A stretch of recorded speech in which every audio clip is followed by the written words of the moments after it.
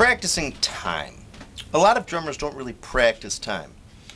I think a lot of progressive drummers, or modern day really chops-laden drummers, do, in the sense that oftentimes they'll play to a metronome and often practice like fills and rudiments around the kit.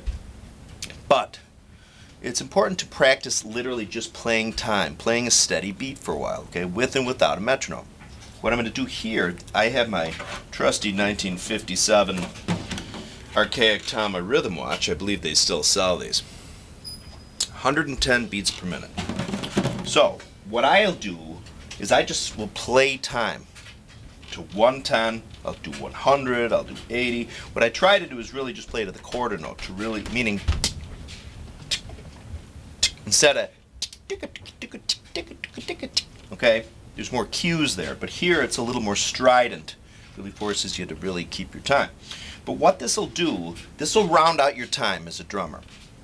When you go in to play certain fills, okay, if you play a little ahead of the beat, you'll usually tend to slightly rush the fills and then come out in the downbeat. Now, in click track fill or metronome berg, that could be detrimental if you don't really do it smoothly, okay?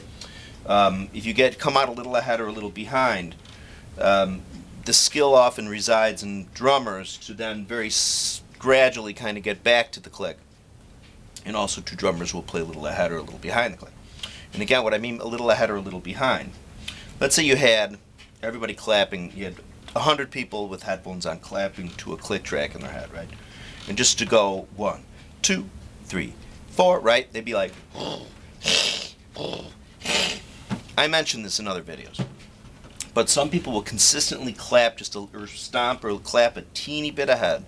And some people will do it a little behind, consistently every time. Okay, the people who hit it just slightly ahead, they call playing ahead of the beat. People who are slightly behind are behind the beat. Okay, think of a bell curve. Okay, think of standard deviation. 68%, 95%, 99%. Let's just say that it'd be nice to always be in the 68% standard deviation. But here we go. 110, okay? And bass players have contacted me and said, Tara, I love playing along, you're just playing time. So here we go. Here's 110. Okay, what I do is I just have it on the quarter note. Tuk, tuk, tuk, tuk, tuk. And it's easier, of course, to play at a faster tempo with the quarter note. But here we go. So this is going to be warts and all. No editing here, man. You just go on. You play, and if you hear me shout, I'll go, ah, ooh, of course, that's where I make a big mistake, or even a mistake. Is that right? So here's 110. 1, 2, 3, 4. 1, 2, 3, 4. 1, 2, 3, 4.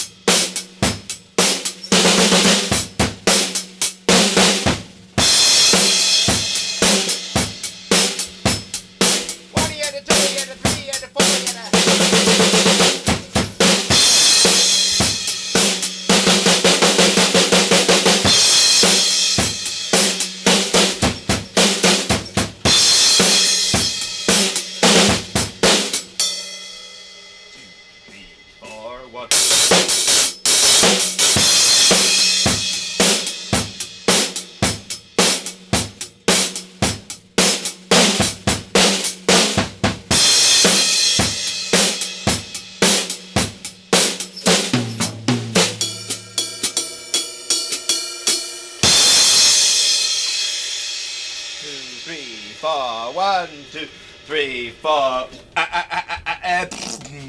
Okay, so there's 110. Okay, that's 110. A couple points there. You get a little ahead or a little behind.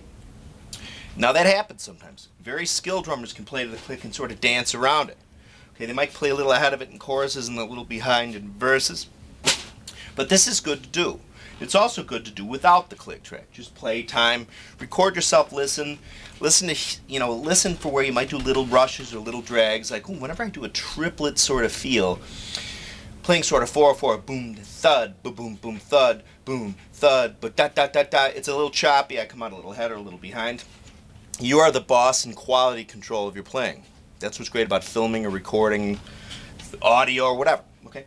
Now we're gonna switch this. Now this is a little tougher for me. Okay. I'm gonna switch it a little. I mean, for me it is. I'm gonna slow this down to 65. We'll say 3 and 4 and 1. So what I'm gonna do is play. I'm going to practice playing like in a triplet meter. Boom, ba, boom, ba, boom, ba, boom, boom, ba, boom, boom, boom. Okay. Now this can be tough. Okay. Just change it. Okay, come on. Now this, I haven't done 65 for a long time, but what's important, I'm going to keep it real. This is how it is sometimes, okay? A lot of these professional named drummers and these great drummers, they go and they do it and it's flawless and they're like, there you go. Like I say in the videos where they're like in the cooking videos where they're baking a cake and you cut this up and then they'd slide it off. They don't do it much but in the old days they did. And suddenly they'd pull it out and it'd be done, okay, flawlessly. What happens here, we're all human, so this is real, okay? 65 beats per minute.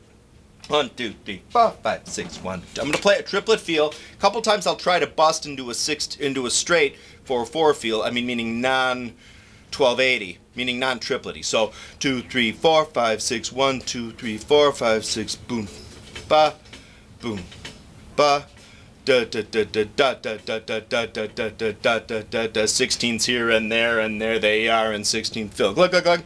Okay, so 65 beats per minute. So what you can do is you can digest it for a minute. It helps if you're just kind of like, try to sing a little melody. Ding, ding, ding, ding, ding, ding, ding, ding. 1, 2, 3, 4, 5, 6. 1, 2, 3, 4, 5, 6. 1, 2, 3, 4, 5, 6. 1.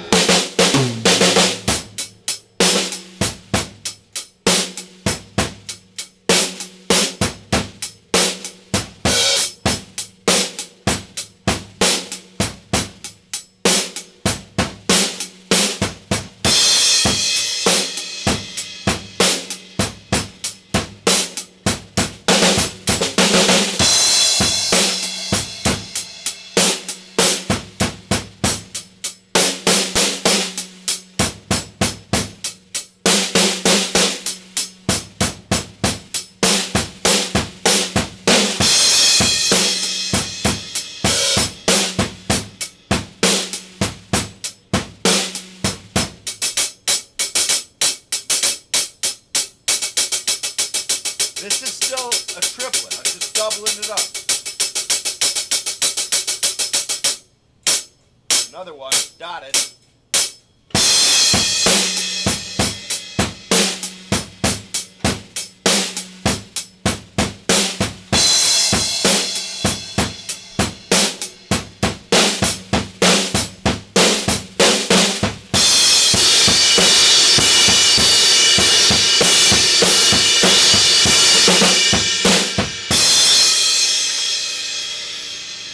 that 1, 2, 3, 4, 5, 6, 1. Okay, that's important. Okay, so there's a good groove. If you're a bass player, you can play along to that too. What I did a lot of there was a lot of bottomy turnaroundy stuff because it's really helpful to round your time out. So if you have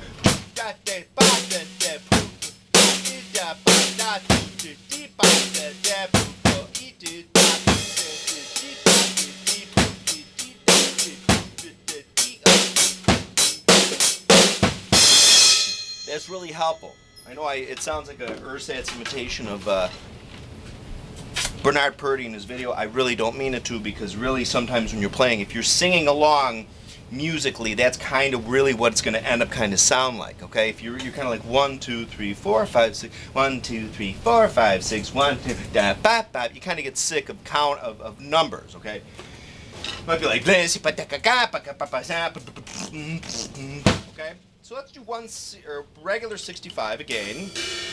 Alrighty, 65 beats per minute. Remember, just the quarter note. Ding, da, ding. Okay, but what I'm doing here sometimes is I'm hitting the snare, holding it down, okay, because it's a little cleaner. I'm not getting the, okay, so I don't typically do that, but just for this video I shall. Let me make sure we're not tuning. You always have to check that sometimes. There you go. Make sure everything's totally smooth. Put the key back there. Get it like just a little, okay, that's good. Okay.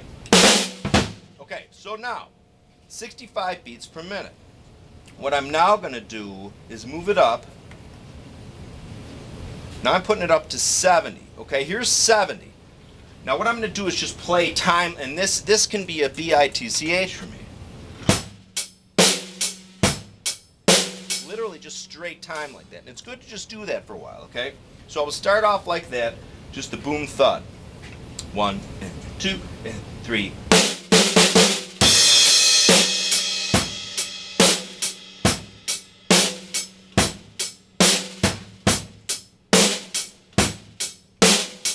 Getting a little ahead.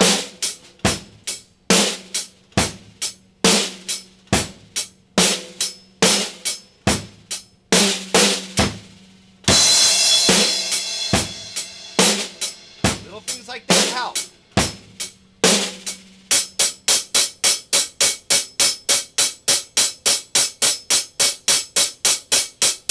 Okay, now what happens here with me, and this may happen to you, similar thing. See what I did there? I played a straight time. Again, I find this harder to do, especially if I'm in sort of a spazzed up, coffee-laden mood. Okay, here's my Starbucks. 3 decaf shots, 1 regular. Of course, I shake like a leaf anyway, but you know what? I love caffeine when you do. So here are, back to 70. Remember, I'm playing straight 4/4. 1 and 2 and 3 and 4 and 1. So what I threw in there too were little triplets. I was going, and I went like this.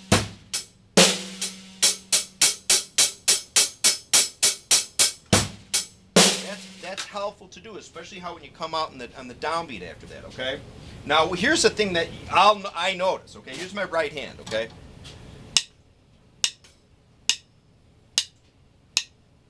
Little ahead.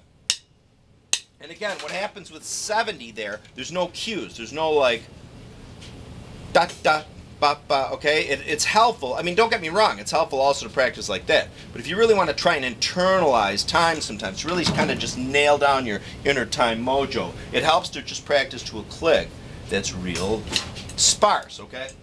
Hang on a second. 4, 5, 6, 1.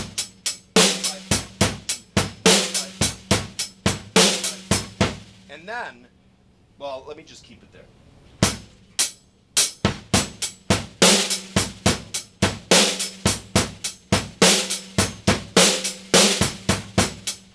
So here I am playing like a...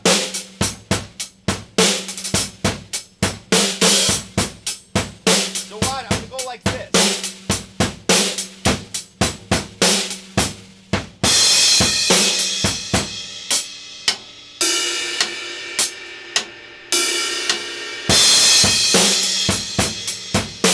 Like you're just kind of really trying to internalize it, okay? And then I find this helpful too. So what I do for my left hand, my gut, which I have been working on like I promised in the video. So what I'm going to do, let me just try and get the tempo down. It's been a while. Okay, so I'm just going to do my left hand, okay? But this is important. If you have a weak hand, or in my case, somebody else's arm that was grafted onto mine. 1, 2, 3, 4, 5, 6. 1, 2, 3, 4, 5. And then I'm going to try to go in a straight time. 5, 6, 1.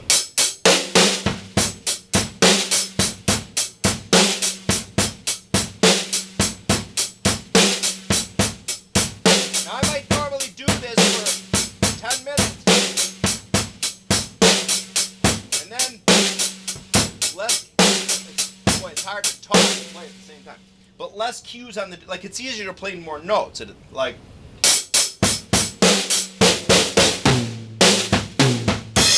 just literally play boom, dot. Now watch. Left hand especially, because my left hand really is somebody else's. I don't know how it got there. Do my best.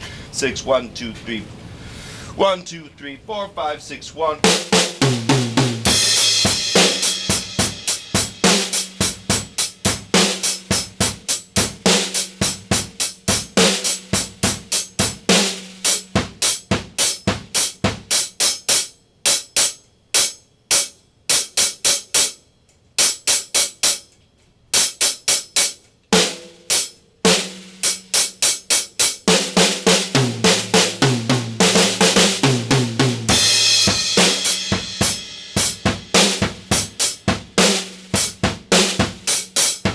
I do that with just my left arm sometimes, okay?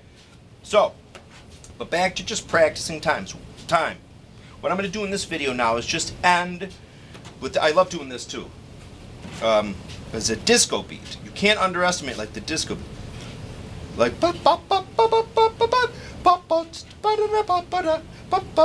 is that Boss Gags?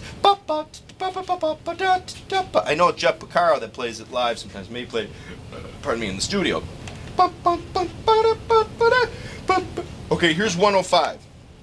So I'm going to do 16ths on the Hatteroonie and then play. Now this is good to really pay a lot of attention to your bass drum here, because you really want those to be clean in the proper meter. Where the hell is my other stick? 1E and a 2E and a 3E and a 4E and a... Here we go. So 16ths here. You know what I'm going to do real fast? So I will put the wallet here, because it sounds better if it's nice and sort of 70s clean.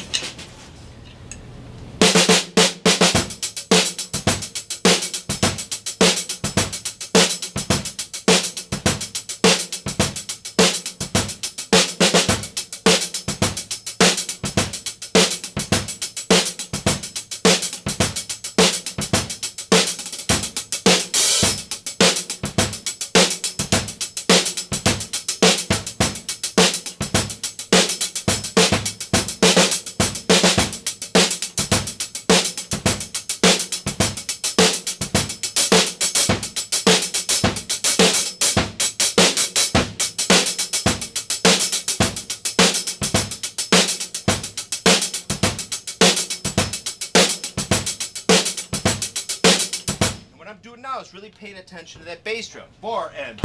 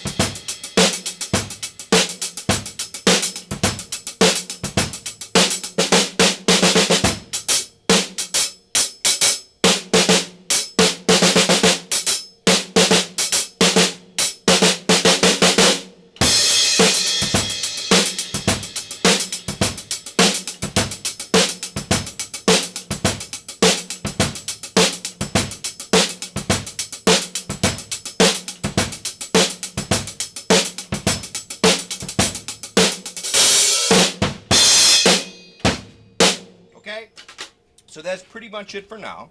Again, hopefully some bass players want to play along to those grooves or loop them. But it's a good idea, again, to practice time, okay?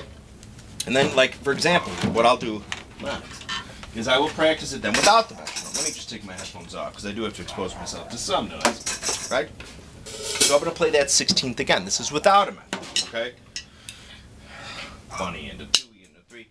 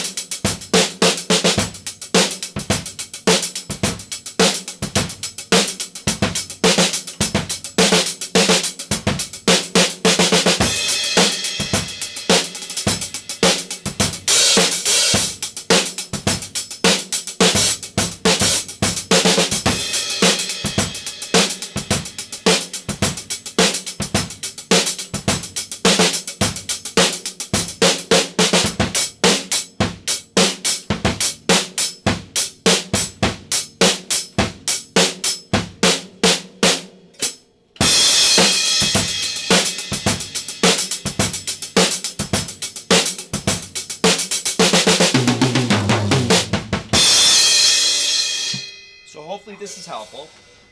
Hopefully the camera recorded the whole thing. It did. Thank the Lord. Again, we're looking forward to Monday, okay? Setting the drums up at my friend Frank's house, okay? So hopefully that'll go okay. That's going to be a long video, okay? It's going to be a saga. But hopefully it'll be really helpful. Hope you had a good weekend. 4th of July is Saturday. So I don't think I'll make a video in that time.